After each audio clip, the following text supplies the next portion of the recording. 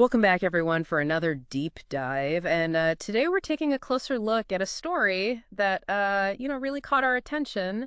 And I know you're eager to unpack this one, too. Yes, definitely. It's Rabbi Nachman of Breslov's The Tale of the Seven Beggars. And I know, you're really interested in getting into, like, the finer points of this story. So we're going to do exactly that and go through all the details and, some of the really unforgettable characters in this narrative. Yes, and from the very beginning, Rabbi Nachman sort of sets this tone of anticipation right away. Yeah. We have a king, right? And he's about to hand over his reign to his son, his only son. The heir. Right, exactly. The heir apparent. Not just handing over the keys. This is a big deal. It's a big deal, a huge celebration for the whole kingdom, this sense of, honor and excitement. A sense of joy and unity. Yes. But then there's this, almost immediate twist, right? Yes. The king, who is also, he dabbles in astrology. He's a bit of a stargazer. Yeah. He gives this unexpected prophecy to his son that he's actually going to lose the kingship. And then even stranger than that, he adds this really weird condition for his own happiness. He'll only be happy if his son maintains his joy. Wow. Even after losing the throne. Interesting. What a strange parental expectation, right? It's really throwing us for a loop right at the beginning and making us question, what kind of kingdom is this? And what kind of life awaits this prince? Yeah, and what kind of parent is this, right? Right, exactly. But then we learn about the prince himself. Yes. He's really this man of great wisdom. He's portrayed as a true devotee of knowledge and scholarship and learning, and he surrounds himself with these the best and the brightest. The elite. Yeah, showering them with honors and wealth simply for, being so smart. Yeah, for their intellectual powers. Yeah, and this isn't just like his personal quirk. Right. This passion for knowledge, it really spreads throughout the entire kingdom. It permeates. Yeah, people from all walks of life start, trying to become scholars and hoping for similar recognition. Absolutely. It's like this trend that's sweeping the nation. Yeah. So let's unpack this for a second. Oh. What starts as this seemingly admirable pursuit, Right. this kingdom-wide embrace of knowledge takes this pretty, unexpected turn. Yes. Because everyone is so focused on these intellectual endeavors. Yeah. The practical stuff, the more practical aspects of running a kingdom, like military strategy, all of that is completely ignored. Right. They're neglecting the practical. Yeah. You end up with this ironic situation where the entire kingdom is full of these brilliant scholars to the point where even their youngest are considered wise in other lands, but they're totally unprepared for any kind of conflict or challenge that might come their way. Right. So it becomes almost a cautionary tale, right, within itself. Totally. About the potential pitfalls of... Yeah. It raises this question of balance, right? Right. It's not that, wisdom and knowledge is a bad thing. Of course not. But when you have this overemphasis on one thing to the detriment of all others, it creates these vulnerabilities that you don't even see coming. Absolutely. And, it's interesting how Rabbi Nachman really highlights that. Yeah. Because we see those vulnerabilities become so clear with this intellectual corruption, the nitpakru of these wise men. Yeah, this is a turning point for sure. Yes, a pivotal moment. Their ideas start to, infect the prince, and he starts to follow them down this wrong path. But what's even more interesting, I think, is that the rest of the population seems completely unaffected by this, intellectual decay. Yes, it's as if this corruption is too abstract, too nuanced. Too high level. For them to even grasp, right? Like it went right over their heads. Exactly. It suggests this detachment from the practical realities, a kind of intellectual elitism. Yeah. Where, their focus is so abstract, it loses touch with the everyday experience and the common sense of the people. Yeah. And the prince, who held so much promise, becomes caught in this web of corrupted thought. Yeah, and it's heartbreaking because the story gives us these glimpses into his internal struggle, Yes. He has these moments of clarity, these flashes of regret where he, realizes how far he's fallen. He even, groans and sighs over his intellectual decline. Right. But then the moment he, engages his mind again, he relapses. He gets sucked back in. Yeah, he's drawn back into these corrupted ideas. So it's this constant internal battle highlighting how even flawed thinking can be so seductive. And, that makes him a very human character. Yeah. Despite his royal status. Totally relatable. Right. We see this struggle, this tug of war between, his innate goodness and this pull of these intellectual distortions, and that's what makes it so compelling. Yeah, and it's an internal conflict that sets the stage for the next big shift in the story, right, which is this sudden, unexplained flight from some unnamed country. And in all this chaos, you have this young boy and this young girl, just like 4 or 5 years old, oh, wow, who are separated in a forest. Can you imagine? Oh, it's heartbreaking. These little kids just all alone, lost and desperately hungry. Yeah, it's a stark image of, innocence facing this harsh reality. Yeah, and just when things seem absolutely hopeless, the first of the 7 beggars appears. Okay. And it's a blind man carrying sacks of bread. Interesting. And the children immediately, they cling to him right, for, comfort and help. And he gives them food, this lifeline in their, moment of need. Yeah. And when they try to explain where they came from, they can't even articulate it. They're so young and traumatized. They just plead with him to let them come with him, but he refuses. He does. And this is the first instance of this recurring pattern. Okay. Help is offered, but companionship is denied. Interesting. But what's really fascinating about this first beggar Yes. is that the children are just amazed by how he can navigate this dense forest while being blind. Even at that young age, they have this basic understanding of the world, and they realize that it shouldn't be possible for him to get around like that without being able to see. It's a miracle to them. Yeah, and the text actually calls it a chidush, like a wonder. Right. Emphasizing how even in their vulnerable state, they're still so intelligent. Yeah, they're perceptive. And then he gives them his blessing. Oh. That they should become old like him. And he leaves them with more bread, this further act of kindness. Right. And even though they've been abandoned, these kids, they see this as divine intervention. Wow. They believe that God sent this blind beggar to take care of them. That's amazing. Yeah, it's this touching moment of faith in the midst of all their suffering. Really powerful. Makes you think about what's the deeper meaning behind his blessing too, Yes, it definitely hints at this, almost preordained path for them. Yeah.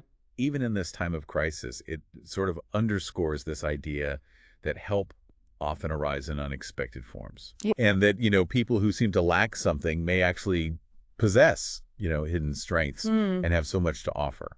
And then this pattern continues, right? The children run out of bread, and then the second beggar appears, and this time it's a deaf man. Interesting. And he communicates with them through gestures, gives them bread, refuses to let them come with him, and blesses them to be like him. Wow. Then the third beggar appears a man with heavy speech. Okay. Who stammers, and he does the same thing. Gives them bread, refuses their company, and blesses them to be like him. So there's this ritualistic, almost just this very deliberate pattern. Series of encounters. Yeah. Each beggar defined by a very specific ailment. Totally. Blindness, deafness, speech impediment. Right. They address the immediate need for food. Right. But they keep their distance. Yes. And they give this blessing that almost mirrors their condition. It's very enigmatic. It's really strange. Right. And I wonder about the meaning of that. And then we meet the fourth beggar with a crooked neck, the fifth who's hunchbacked, who is referred to as both a ba-ha-tra-trot and a hayokir. Okay. Then the sixth without hands, and finally the seventh without legs. Wow, so a whole range of... Yeah, and each time they appear, the children are low on supplies. The beggar shows up, gives them bread, refuses to take them along, and blesses them to be like them. Yeah, it's this cycle of fleeting encounters. Yeah. I mean, you can't help but wonder, what is the significance of each of these specific ailments? And what will these blessings ultimately mean for the children? Yeah. But finally, they make their way to civilization, Okay. They find this village where the people are kind to them. They give them food and shelter. And I think at that point they realize the benefit of staying together, Right. They make a decision to stick with each other. They make these big sacks so they can continue to beg. Okay. And they start attending local celebrations and fairs. So they build a life together. Yeah, a partnership born out of necessity and strengthened by that mutual support. You're resilient. Yeah, and it's that resilience and the strong bond that they form as siblings that becomes key to their survival. Absolutely. They adapt to these really difficult circumstances with so much resourcefulness. Yeah, it's inspiring. Yeah. And as they go to these events, they start to become familiar faces in this larger beggar community. Okay. And their story starts to spread. Right. And they're finally recognized as those lost children from the forest. Wow. Which is really a testament to the close-knit nature of this often overlooked community. It really highlights the power of connection, even in those who are marginalized. Yeah, and it's that recognition that leads to a really heartwarming moment. What's that? the beggar community, they decide to arrange a marriage between the boy and the girl who are now, adults. Oh, wow. That's beautiful. Yeah. It really speaks volumes about their sense of community and their care for each other. Totally. It's a beautiful expression of, the human need for connection and this desire to build a family even in, the most unconventional circumstances. Yeah. And the wedding preparations are pretty extraordinary. Oh. They decide to take advantage of the king's birthday feast, the minis, Okay. to get all the supplies they need. Right. Meat and bread. And they also collect the leftovers from the celebrations, the college, those big braided loaves. Mm-hmm. And then they build this elaborate underground chamber. What? Yeah, big enough for 100 people. Wow. They cover it with reeds and earth and even manure. Oh. It's like this hidden sanctuary for their wedding ceremony. That's incredible. Yeah, it's a really vivid picture of their ingenuity and the collective effort to create something really special. And joyful. Right. Yeah. They're making the best of their situation. Yeah, absolutely. It's a powerful image of resilience and, celebration, even with limited resources. Yeah, this hidden underground space becomes a symbol of their unique community. Yes. And their ability to find joy and create moments of happiness even when things are tough. I love that. Yeah, and then we get to the 7 days of feasting that follow the wedding. And on that very first day, the newly married couple, they start to reminisce about their time in the forest, and they specifically say, we long for the first beggar, the blind man who was so kind to us and gave us bread. Right. And then get this, in this almost magical turn of events, he appears. He does. Immediately. Wow. It's wild. So their longing almost summoned him. Right. It's like their heartfelt desire brings him back into their lives. And then he gives his Drashageschenk, Okay. which is like his gift delivered in the form of a sermon. Right. And he explains his blindness. Uh-huh. He says that he only appears blind because the whole world for him exists as just a single fleeting moment, which makes worldly sight pretty irrelevant. Yeah. He claims to be both incredibly ancient and incredibly young at the same time. Wow. And he says a great eagle taught him this understanding. That's fascinating. It's mind-blowing, right? Yeah, This whole no. concept of time and perception. Yeah, it shifts the story from the literal to the allegorical. The beggar's explanation goes beyond just his physical ailment, Yeah. and it gets into these really deep philosophical ideas about, the nature of time and reality. Yeah. And the mention of the great eagle suggests a connection to something even higher, Right, to a mystical understanding of the cosmos. Yeah. That's powerful. And then to illustrate this point, he tells this allegorical story about a group of people on ships who are caught in a storm. Okay. They find refuge in a tower that's full of food and supplies. And to pass the time and distract themselves from, the danger, Right. they start recounting their earliest memories. Okay. But here's where it gets really weird. Their ages and the memories they share don't match up. Okay. The person who remembers the very first event, Yes. the moment an apple was cut from a branch, Uh-huh. they're considered the oldest. Right. But then each person after that recalls something even earlier in the process of the fruit developing, going further and further back. It's like they're peeling back the layers of time itself. So it's like this reverse chronology. Yeah. It's using this image of a fruit growing to represent the stages of life, and even hinting at maybe the Yeah. idea of pre-existence. Right. Like their memories are delving deeper and deeper into the origins of being. Almost to the moment of creation, or even before that. Yeah. And then the blind beggar who's telling the story, he says that as a child in that tower, he remembers all these events, Right. but he also remembers nothing. Nothing. And that nothing is considered the oldest memory of all. That's so interesting. It's like this concept of a state before conscious memory, a primal state, Yeah. before individual experience even begins. What could that nothing possibly represent? I don't know. It touches on these ideas of existence and consciousness. Yeah. It suggests a realm beyond, our normal perception and memory. Yeah. Maybe the source where everything comes from. It's a concept that we see in a lot of mystical tradition. Yeah, totally. Like this primordial void, or nothingness as the origin of creation. And then after these recollections, the great eagle appears. The eagle again. Yeah, and it announces that their poverty is over and that they can return to their hidden treasures. Okay. But then the eagle gives them this really strange instruction. What's that? They have to leave the tower in order of their age. Uh-huh.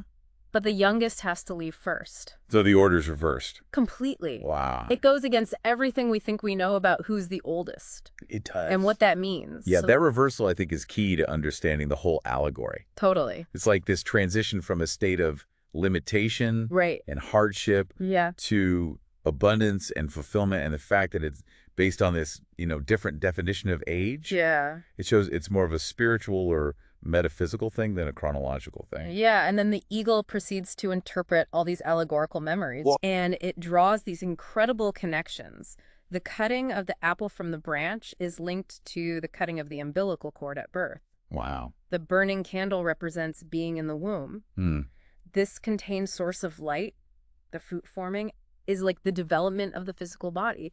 The seed being taken to plant is the moment of conception. Okay. The wise men inventing the seed are connected to the essence in the brain, the seed of intellect. Yeah. The taste is linked to the soul, the nefesh, the smell to the spirit, the ruach, Okay. and the appearance to the higher soul, the neshama.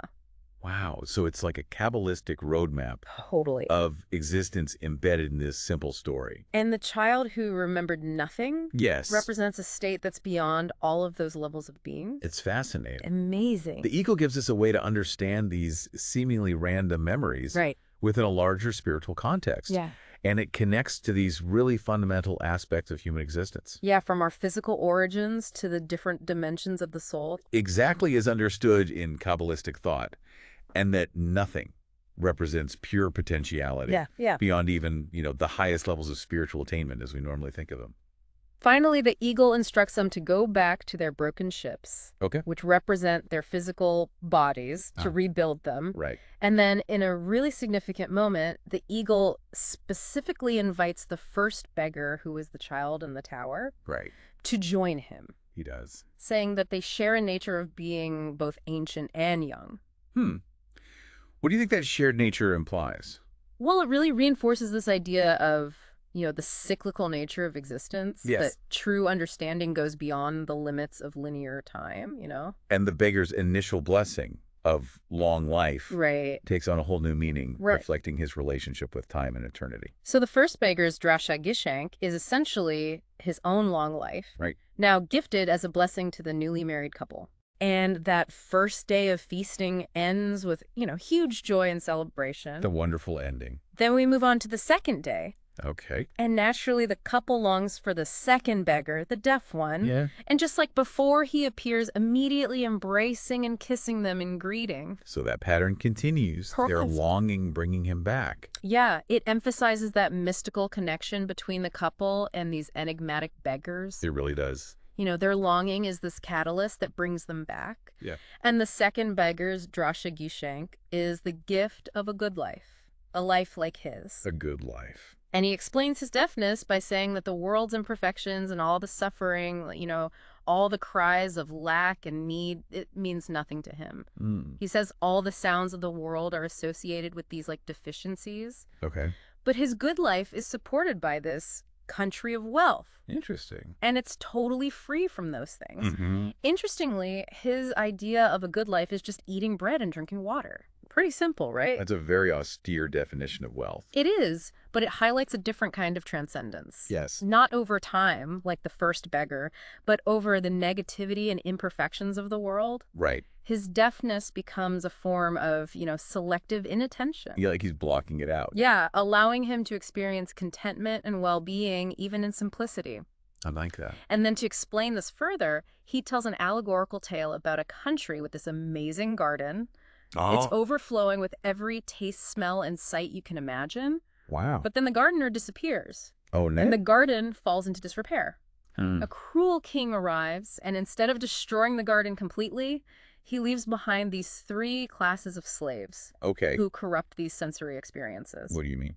So delicious tastes now become the taste of decay, pleasant smells turning to a foul odor. Oh, wow. And beautiful sights become darkness. That's like a corruption of their senses. Exactly, and I think it symbolizes a loss of innocence and purity. Yeah, the way we perceive the world. Yeah. The cruel king and his slaves represent these negative influences, or Yeah. internal flaws that distort our experience of reality.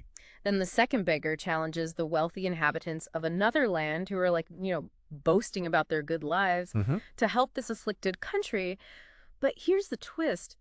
Even these seemingly fortunate people, Yes. they start to experience the same corruption Oh, no. as they get closer to this troubled land. Wow. It's only when the second beggar gives them his simple bread and water that their senses are restored. Interesting. So the simple things Yeah. have this powerful effect. Yeah, it suggests that true nourishment and healing Yes. doesn't come from material wealth or superficial pleasure, Right. but from a more fundamental, pure source. So maybe spiritual sustenance or a connection to essential truths. Yeah. Or just, focusing on basic needs over excess. Exactly. And the people in this afflicted country, they realize that their lost gardener actually shares a common origin with these wealthy inhabitants. Okay. So they decide to send messengers to ask for their help. Right. But as these messengers are on their way, they meet the wealthy inhabitants who are already coming to help. They were already on their way. But this second beggar, he stops them. He does. And he says, hey, listen, I have to be involved in this. Why is he so insistent on being a part of this? Because he understands what a truly good life is. Yeah. One that transcends the influences of this cruel king. Right. And that understanding is essential for them to heal and be restored. So he's like the key to their recovery. Totally. He has this unique insight into the nature of their problem and the path to healing. And then he describes what he saw in that corrupted country. Okay. He witnessed all this vulgar humor, these corrupt courts of law, fueled by a lack of truth and bribery and adultery everywhere. Wow. And he says that all of this was directly caused by those 3 classes of slaves that the king left behind. Right. Who introduced those vices, vulgarity, bribery, and adultery. So it all ties together. Yeah, the sensory corruption and the moral decay. Right. The vulgarity taints what they taste or experience. Bribery corrupts what they see justice. Right. And adultery perverts what they smell or sense in their relationships. And he tells them, you have to fix these problems, Right. You have to find and expel these corrupt individuals. Right. So they get to work, they start reforming their ways, they search for and successfully expel these corrupt officials. Okay. And then suddenly there's this commotion about a madman. A madman? Yeah, who claims to be the original gardener. Wow. And he's brought before the leaders of the Reformation, including the second beggar. Okay. And the beggar immediately declares him to be the true gardener. Really? Yeah. So they found the source? It signifies the restoration of their original state of flourishing and purity. That's amazing. Yeah, it's beautiful. Shows that, true wisdom or the source of healing can be so easily overlooked. Yeah. Misunderstood, rejected. And this gardener was seen as a madman, Right. Exactly. But he was the key. To their recovery. Totally. So the second beggar's drashagishank is his good life. Right. Which is tied to his ability to, fix this afflicted country. Yeah. And that day ends with great joy and celebration as well. Of course. And then we're told that all the other beggars, they came back for the wedding too. They did. And they each offered their initial blessings as their drashagishank. So it's like those initial blessings weren't just, casual remarks. Right. They were prophetic. They had this deeper meaning. Yeah. That's unfolding now. And so far, the gifts are the promise of a long life and a good life. Interesting. Which sets up, the anticipation for what's to come. Right. What other blessings will be revealed? Exactly. And so we move on to the third day. Yeah. And the couple, they're longing for the third beggar, the one with heavy speech. And just like the others, he appears right away and offers his initial blessing as his drashagishank. But then he explains his speech impediment. Okay. And he says it's because worldly words are imperfect, and they often fail to truly praise God. Interesting. He then claims that he's actually an incredible orator. He does. Capable of telling wondrous riddles and singing songs or lighter that contain all wisdom. Wow. And he says that a figure called the man of true kindness, or Ishchishaimet, taught him all this. Okay. So his perceived flaw is not really a deficiency, Right. but a conscious choice to reject the limitations of ordinary language. Because it can't express these higher truths. Exactly. And his true eloquence is in this realm beyond conventional speech, connected to this figure of ultimate kindness and wisdom. This man of true kindness. And then he tells this really interesting allegory about a group of wise men who are bragging about all their inventions. One claims to be the wisest of them all, saying his wisdom is like today. Like today. Yeah, and he says he can fit all their combined knowledge into a single hour. Wow. He says that their wisdom is limited because each invention came from a specific day of creation, but his encompasses an entire day. Okay. But then the heavy of speech beggar asks him a simple but really profound question. What's that? He says, like, which day? And the wise man is stumped. He is. He eventually admits that the one asking the question... So the heavy of speech beggar... is actually wiser. Interesting. Because he's wise like any day he chooses. So it's a deeper level of wisdom. Yeah, bro. It's not bound by this specific framework? Yeah, he's not limited to a particular day or aspect of creation. Right. And the heavy of speech beggar, he explains that the man of true kindness gathers all true kindnesses. And those acts of kindness are actually the foundation of time itself. Wow. And the heavy of speech beggar plays this crucial role. What's that? He collects those kindnesses and brings them to the man of true kindness. Okay. So his seemingly insignificant life is actually essential for existence itself. Wow. It's an incredible idea. It is. It connects this abstract idea of time to these concrete acts of kindness. Right. And his difficulty with speech becomes a symbol of this connection to a higher form of communication. Right. One that's rooted in true benevolence. Yeah. And contributes to the flow of time itself. That's beautiful. And then he tells this really evocative allegory about a mountain, a stone on that mountain, and a spring at one end of the world. At the other end is the heart of the world, depicted as a complete being. Okay. And this heart longs for the spring. Okay. But it has two weaknesses. What are they? It's easily scorched by the sun. Okay. Which represents its yearning, and it experiences pain from this constant longing. Oh. A great bird gives it shelter. Okay. But the heart can't reach the spring. Why not? Because if it gets too close to the mountain, it can't see the spring anymore. And losing that connection would destroy it. So it's a very precarious situation. It's a delicate balance. The heart's survival is tied to the spring. Yes. And the world's existence is intertwined with the heart. So it's a multi-layered allegory. Yeah. The heart, I think, represents the core of existence, yearning for this connection with a vital life force symbolized by the spring. And